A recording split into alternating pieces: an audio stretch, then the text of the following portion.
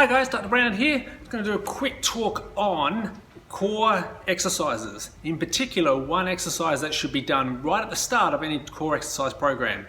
This is something that often gets overlooked. It's a very subtle exercise that works on spinal stabilizers.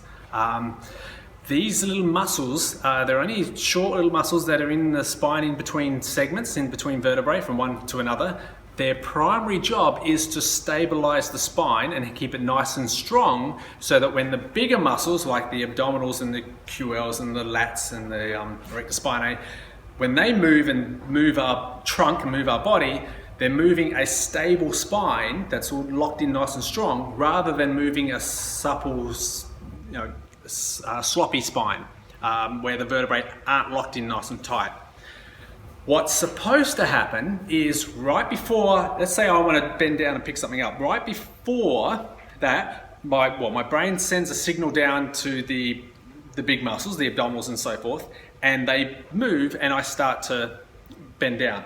What is supposed to happen is that right before that, the stabilizers are switched on with a signal that's sent down to these little short muscles in between the segments of the spine. They contract, they lock the spine in nice and strong, and then the big muscles move it. So it's supposed to happen like a fraction of a second before. What studies have found is that people in particular who have had chronic low back pains, long-term low back pains, or they've just had an injury or they've had an unstable pelvis, these people have been shown to have stabilizing muscles that aren't firing at all, like there's zero activation of these muscles, which means they can still bend and move their spine, but they're moving a spine that's not stable, which makes them more prone to soft tissue injuries in the back and the spine, like for example disc injuries, disc bulges, spinal nerve pinches and irritations, and other soft tissue injuries. So what we want to do is activate these little ones. There's a couple of things we can do to help switch them on and activate them. One is to get adjusted. Research shows that chiropractic adjustments in the lumbar and the pelvis in particular fire up and switch on these little stabilizers. So that's one thing we can do, and I definitely recommend that, especially for someone who's coming off of either chronic low back pains or problems, or pelvic misalignments, or say disc bulges, and they've had really bad backs and they're just starting to get back into it. Chiropractic adjustments is fantastic for switching these stabilizers on and getting it more locked in and getting it more stable.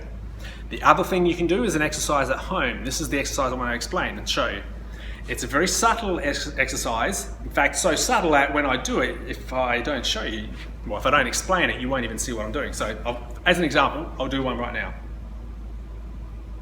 And there it is. You probably didn't see anything, because you won't see anything externally. So I'll explain what I did. It's a contraction. One way I've heard it explained is imagine lying on your back and drawing your belly button down in towards your spine. So we're just going to work on these pelvic floor muscles, like drawing your belly button into your spine. Another way I've heard it described is if you had something stuck up your butt and you're squeezing that off. So that activation of the sphincter. Another way I've heard it described is if you're a guy walking out, say out into the ocean in the cold water, and the water's coming up your legs and it gets right to that point, right as the testicles are just touching, and you kind of just suck them up really tight. That deep contraction, it's a very subtle contraction, but it's very internal.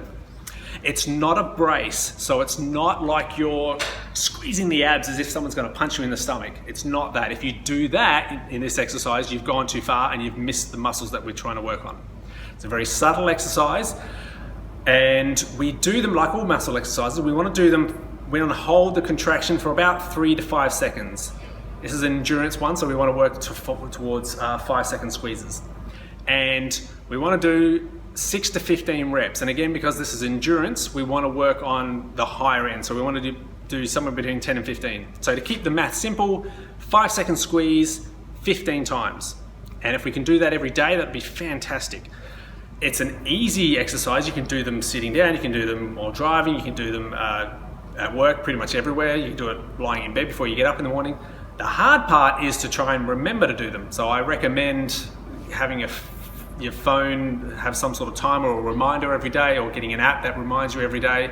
The reminder is the most important thing. So the exercise itself is quite simple, but yes, it's about remembering to do the exercise. So the two things: one, get adjusted, and two, those little stabilizing exercises at home, that very subtle little squeeze. It doesn't have to be a big squeeze, it just has to be enough to activate the neural pathways and switch them on. Hope that helps. That should be your starting program for any type of course exercises. All right, see you soon.